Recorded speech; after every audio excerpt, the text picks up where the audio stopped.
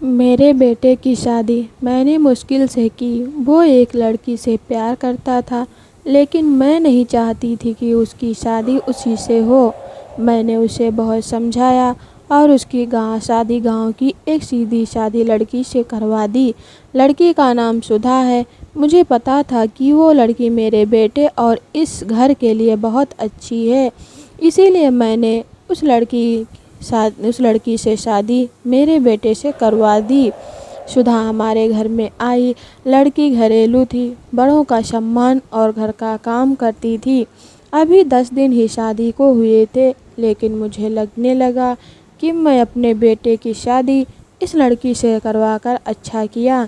मेरा बेटा राजू भी खुश ही लग रहा था, लेकिन उस रात के बाद मेरी ये सोच बदल गई। एक रात करीब 2 बजे मेरे बेटे के कमरे से चीखने की आवाज़ आने लगी। ये चीखें मेरी बहू की थी। मैंने थोड़ी देर तक सुना, फिर वो चीखना बंद हो गया। राजू के पिता मेरे पति को ये सब सुनाई दिया था, लेकिन फिर हमने उन्हें रात में पूछना उचित नहीं समझा, इसलिए दरवाज़ा नहीं खटखटाया। सुबह मेरी बेटी भी बोल रही थी कि मम्मी, रात को कौन चीख रहा था। मैंने उसकी बात काट दी, कहा कि कोई नहीं, शायद कोई बाहर से चीख रहा था। मेरी बहू का स्वभाव उस दिन से बदल गया। वो चुप थी सारा दिन। मैंने सोचा शायद पति पत्नी के बीच में की कोई बात होगी, इसीलिए मैंने कुछ पूछा नहीं। अगली रात फिर 2 बजे वही हुआ। मेरे बेटे के कमरे से फिर चीखने और रोने की आवाज़ आने लगी। इस रात वो आवाज़ करीब 10 मिनट तक चली। मेरी बेटी उठ गई और उसने हमारे कमरे का दरवाज़ा बजाया। मैंने दरवाज़ा खोला, देखा तो वो बहुत डरी हुई थी। बोली, मम्मी यह क्या है? भाभी रोज़ रात को रोती और चीखती क्यों है? क्या होता है? कमरे के अंदर चलो, अभी दरवाज़ा खुलवाते हैं। मैं दरवाज़ा के पास जाने लगी तो मेरे पति ने मुझे रोक लिया, कहा कि रुको, अभी बात मत करो, कल सुबह दोनों से बात करते हैं। उस रात को मेरा सोना मुश्किल हो गया था। सुबह मेरी बहू जल्दी उठकर घर के काम में लग गई। मैं सुबह अपने बेटे के कमरे में गई, उससे पूछा क्या बात है, रात को बहू रोती क्यों है। उसका चेहरा पूरा उतरा हुआ था। बोला कुछ नहीं। उसकी बातों से और आँखों से साफ साफ दिखाई दे रहा था कि वो कुछ छिपा रहा है। उन्होंने भी उससे पूछा, लेकिन वो कुछ नहीं बोलकर घर से बाहर चला गया। मैंने मेरी बहू से पूछा, वो कुछ काम कर रही थी। उसको देखकर ही ऐसा लग रहा था कि जैसे रात में ठीक से सोई नहीं है, आंखें साफ बता रही थी। मैंने उससे पूछा, क्या हुआ, तुम रात को रो क्यों रही थी? वो बोली, रो रही थी? कब? नहीं, मैं तो सो रही थी और मुझे तो कोई आवाज़ नहीं आई। आप क्या बात कर रही हैं? उस कमरे में ऐसा क्या हो रहा था? ये बात या तो मेरी बहू जानती थी या बेटा, लेकिन दोनों ही कुछ नहीं बता रहे थे। पर दोनों के चेहरे से साफ साफ पता चल रहा था कि कुछ है जो यह दोनों छिपा रहे हैं। लेकिन क्या? अब जब भी रात आती मुझे नींद ही नहीं आती, क्योंकि आधी रात को फिर वही होता। बहू ज़ोर से चीखती और रोती। मेरे मन में कई सवाल थे, क्या होता है उस कमरे में। फिर एक रात करीब 2 बजे मेरे घर में वो हुआ जो मैंने सोचा भी नहीं था। मेरी बहू रात को कमरे से बाहर आ गई। उसके कपड़े कहीं भी जा रहे थे। उससे कुछ होश ही नहीं था। बाल खुले थे और वो घर के चौक में आकर बैठ गई। ज़ोर से चीखने और रोने लगी। हम सभी घर वाले बाहर आ गए। मेरा बेटा भी कमरे से डरा हुआ बाहर आया। बहू की ऐसी हालत देखकर हम सब ही डर गए थे।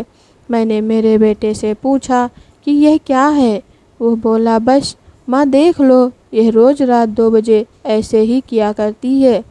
मैं आप लोगों को क्या बताता। सुबह जब उसे पूछता हूँ तो उसे कुछ याद ही नहीं रहता है। बोलती है मैंने तो कुछ नहीं किया। बहू जब थोड़ी देर बाद शांत हुई तो मेरा बेटा उसे कमरे में ले गया और सुला दिया। मैं सोच रही थी कि यह क्या है। मैंने मेरे बेटे को कहा कि तू उसके घर छोड़ आना सुबह, मैं उसकी माँ से बात करूँगी। सुबह होते ही मेरा बेटा उसे कुछ बहाना करके उसके घर छोड़ आया। मैंने उसकी माँ से बात की। उसकी माँ ने कहा कि यह क्या बोल रही हो, मेरी बेटी बिल्कुल ऐसा नहीं करती है। मैंने जो सोचकर राजीव की शादी उससे की थी वैसा हो ही नहीं सकता। बहू को छोड़े अब 20 दिन हो गए थे। इस दौरान उसके घर से फ़ोन आता रहा लेकिन मैं टालती रही। मेरा बेटा भी कह रहा था कि मेरे वो दिन कैसे निकले हैं मैं ही जानता हूँ। मैं उसे वापस नहीं ला सकता। कहीं उसने मेरी जान ले ली तो क्या करोगी। मैंने उस पर फिर ज़्यादा दबाव नहीं डाला, पर मैं अपने आप को कोस रही थी कि मैंने अपने बेटे की शादी उस लड़की से क्यों करवा दी। अब मेरे घर में कोई नहीं चाहता था कि वो वापस आए। इन्हीं सब बातों में 3 महीने निकल गए। फिर एक दिन अचानक ही मेरी बहू अपने सामान के साथ वापस मेरे घर आ गई। वो आते ही मुझसे कहती है, माँ जी मैं जानती हूँ कि आप मेरे बारे में क्या सोच रही हैं, लेकिन सच क्या है ये आपको पता नहीं। उसकी बातों से मुझे लगा कि कुछ है जो वो बताना चाहती है। मेरा बेटा घर आया और उसे देखकर गुस्सा हो गया। कहा ये यहाँ वापस आ गई। मैं अब यहाँ इस घर में नहीं रह सकता, मैं जा रहा हूँ। मेरी बहू ने उसी समय कहा, क्यों सच सामने आ जाएगा इसीलिए डर रहे हो। बताइए सबको सच क्या है। मैं उस तरह से क्यों किया करती थी। बेटा बोला कि क्या सच है। ये सच यह है कि तुम पागल हो और रोज़ रात उस तरह से करती हो। बहू बोली कि माँ जी आज अगर सबसे ज़्यादा दुखी और परेशान है तो वो और कोई नहीं मैं हूँ। मैंने अपने पति की बात मानी, उन पर विश्वास किया। मैंने कहा तुम क्या कहना चाहती हो। फिर मेरी बहू ने जो बताया उसे सुनकर मेरे पैरों तले ज़मीन खिसक गई। वो बोली कि आपके बेटे ने मुझे पहली रात से यह नाटक करने को कहा था, लेकिन मैंने नहीं माना। वो कहते हैं कि हम दोनों अलग बड़े शहर में जाकर रहेंगे। उनको कहा अगर ऐसे मेरे घर वाले मुझे नहीं छोड़ेंगे, लेकिन तुम इस तरह का नाटक करोगी तो वो डर जाएंगे और फिर हम अलग रहेंगे। पहले मैंने बोला कि यहाँ सबके साथ अच्छा है, लेकिन फिर जब वो मुझसे बात नहीं करते थे तो मुझे उनकी बात माननी पड़ी। और फिर मैंने जब सब नाटक किया तो उन्होंने मुझे घर छोड़ दिया। मुझे आप सभी की नज़रों में पागल और ना जाने क्या साबित कर दिया। उसके बाद मेरा फ़ोन भी नहीं उठा रहे। मैं उनका वहाँ मेरे घर इंतज़ार कर रही थी, लेकिन वो नहीं आए। मैं समझ गई कि उन्होंने मुझे बेवकूफ़ बनाया है, मुझसे झूठ बोला है। ये मुझे अपनी ज़िंदगी से भागाना चाहते थे। मैं इस बात को समझ गई। अब मैं खुद ही इनसे दूर चली जाऊंगी, लेकिन मैं चाहती थी कि सच आप सभी के सामने आ जाए। मुझे बहू की बातों पर पूरा विश्वास हो गया था। मेरा बेटा बोला तुम्हें इसे रखना है तो रखो। मेरी शादी तुमने उससे नहीं होने दी जिससे मैं चाहता था, और इस गांव की लड़की से करवा दी। मैं चाहता था कि ये भी यहाँ से चली जाए। तुम परेशान हो, सोचो कि यह मैंने क्या किया। अब भी मैं इसे अपनी पत्नी नहीं मानता। मैंने मेरे बेटे को कहा कि बेटा तुझे इस घर में रहना है या नहीं, इसका फैसला तू कर ले। मेरी बहू इस घर में ही रहेगी और जो इसे इसका हक और इज्जत नहीं देगा वो इस घर में नहीं रह सकता। तू इस तरह की साजिश कर सकता है, वो भी सिर्फ अपनी माँ से बदला लेने के लिए। एक भोली लड़की को कुछ भी करने को कह सकता है, पर बेटा ज़रा तू सोच, तूने इसे जो करने को कहा इसने किया।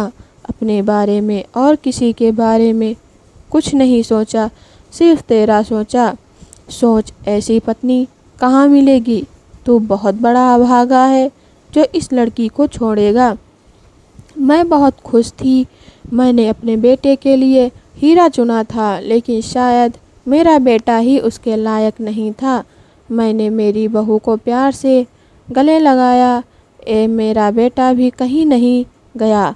थोड़े समय तक ज़रूर नाराज़ रहा, लेकिन मुझे पता था उस लड़की से कोई प्यार किए बिना कैसे रह सकता था।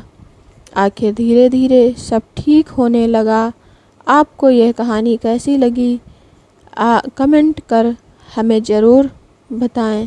इसी तरह की कहानियाँ आप यहाँ पर पढ़ सकते हैं। हमारे साथ बने रहिए। अगर वीडियो अच्छी लगी हो तो कमेंट कीजिए, शेयर कीजिए, चैनल को सब्सक्राइब कीजिए, लाइक कीजिए। Thank you for watching.